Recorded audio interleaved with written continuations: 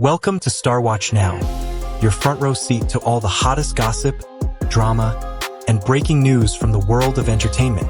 If it's trending, shocking, or star-studded, we're covering it. Stay tuned. You won't want to miss what's coming next.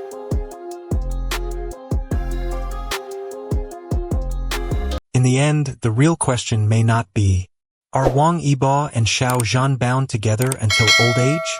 But rather, how do we let the people who once walked with us continue to inspire us, even when our paths change? Maybe the most beautiful connections are not the ones that never change, but the ones that grow, transform, and still leave kindness behind. If this story touched your heart, if Wang Yibo and Xiao Zhan are part of your own journey through dramas and life, backhand index pointing right, make sure you subscribe to StarWatch Now. Here, we do not just chase rumors. We explore the stories, choices, and courage behind the brightest names in Asian entertainment. Thank you for watching. Thank you for spending your time and emotions with us today. Hit subscribe, turn on the notification bell, and stay with StarWatch Now for more thoughtful stories about the stars you love, from Asia to the world. Globe showing Asia-Australia sparkles. When Wang Hailin pressed publish on his social media post, it was not just another complaint in a noisy timeline. It felt more like a quiet siren going off inside an industry that had grown used to glitter on the surface and silence underneath. His words did not arrive with fireworks, but with something sharper, the suggestion that falsified data was no longer an exception, but a habit. Box office figures, streaming charts, trending lists, comment volumes, all the things the public is taught to trust, were suddenly cast in doubt by someone who knows the system from the inside. For many ordinary viewers, this struck a nerve they had carried for years. How many times had they watched a drama that left them cold, only to be told it was a national hit? How often had they seen a song saturate every chart, whilst their own friends shrugged and said, "Honestly, it is just average"? Wang's post did not merely expose a technical issue. It raised a painful question. What if the industry has built an entire tower of prestige and success on numbers that were never truly honest? And if that is the case, what does popular even mean anymore? In that moment, the conversation moved beyond one man and his criticism. It became a referendum on trust. Trust in platforms, trust in rankings, trust in the very idea that a high score equals genuine impact. The day the industry was called out was the day many people quietly admitted to themselves that they had been feeling this unease for a long time. Wang Hailin simply gave it a voice.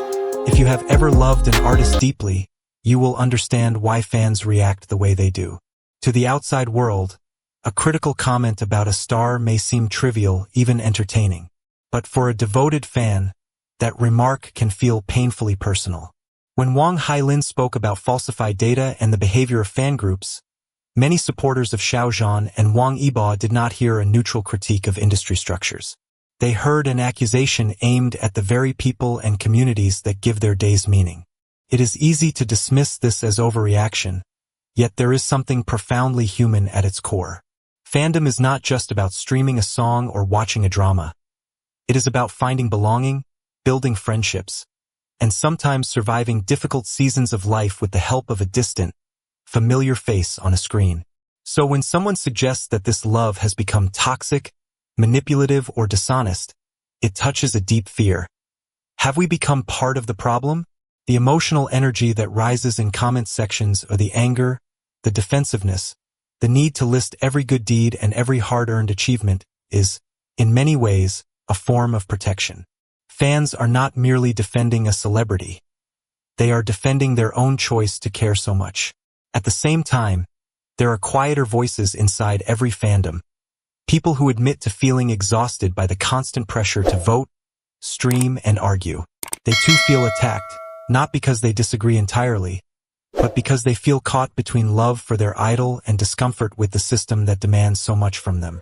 In this tension, we see fandom at its most vulnerable.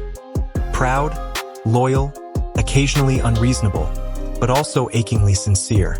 On the surface, it is easy to frame this as a uniquely Chinese problem. An industry driven by traffic stars, armies of fans, and the obsession with hot searches.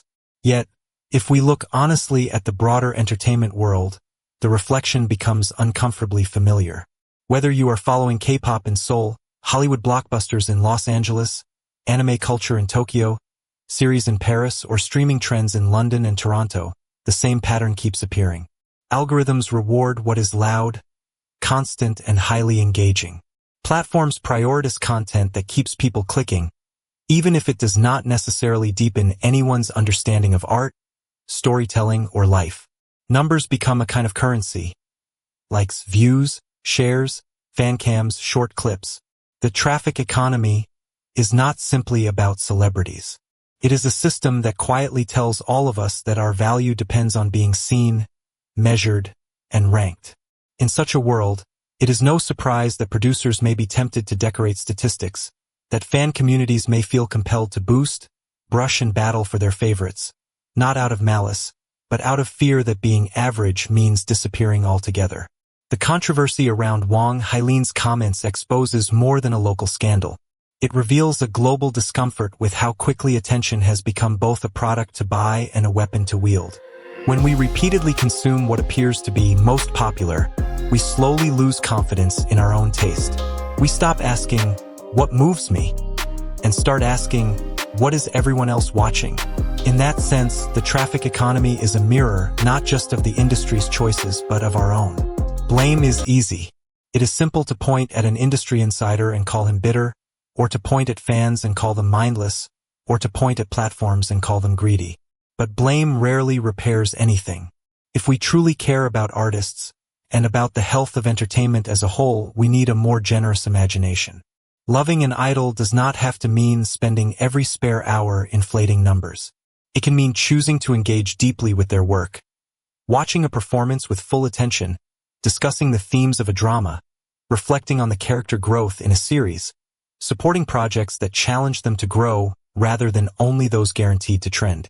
It can mean creating fan spaces that prioritize well-being over competition, where members feel free to rest, to step back, and to be honest about their limits.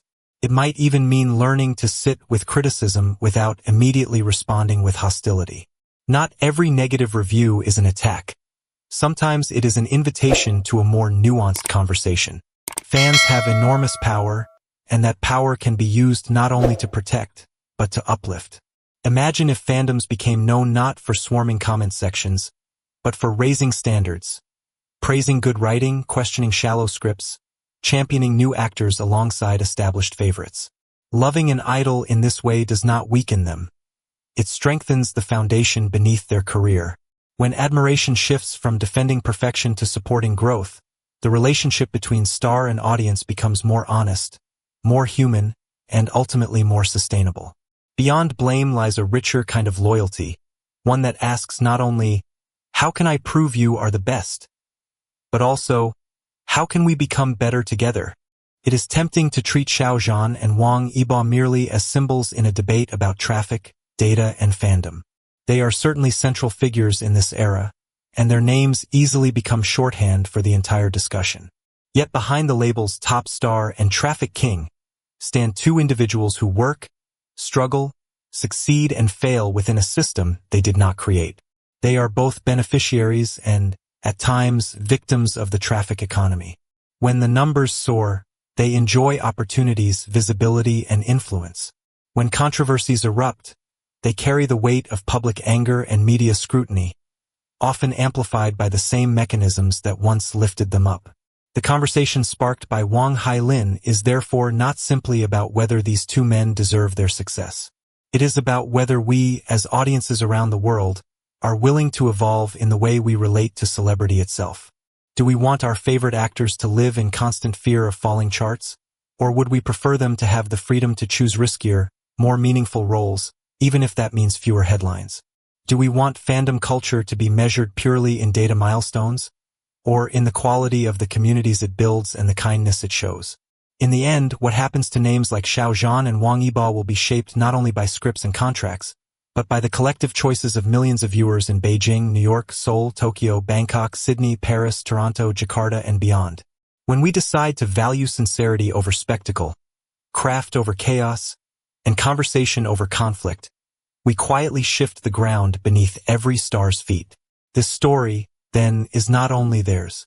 It is ours as well, an invitation to rethink what kind of audience we wish to be and what kind of entertainment world we are helping to build. So, next time you see a ranking, a hot search, or a record broken, perhaps pause for a second and ask, do I love this because it is truly good, or because I have been told it is number one? If you are a fan of Xiao Zhan, Wang Yibo, or any artist in the world, please remember this. Your love is not measured only by how many times you click. It is also measured by how deeply a story stays in your heart, and by how kindly you treat others while defending your favorites. In the end, the most powerful data is not in a chart or a spreadsheet. It is in the millions of small, genuine moments. When a performance makes someone feel understood, less alone, or more hopeful, and that no algorithm can fake. If this episode made you think a little differently about fame, fandom, and numbers, I'd really love to have you with us here on StarWatch now. Bell, please hit subscribe. Thumbs up, leave a like if you enjoyed this discussion. And Speech Balloon, share your thoughts in the comments. Do you think data has too much power in today's entertainment world? How do you choose what to watch or who to support? Thank you so much for spending your time with me today. Wherever you are, in the US, South Korea, Japan, Thailand, Australia, France, Canada, Indonesia, or anywhere else in the world, I wish you peace, health, and stories that truly touch your heart. This is StarWatch now, and I'll see you in the next video. Crescent Moon sparkles.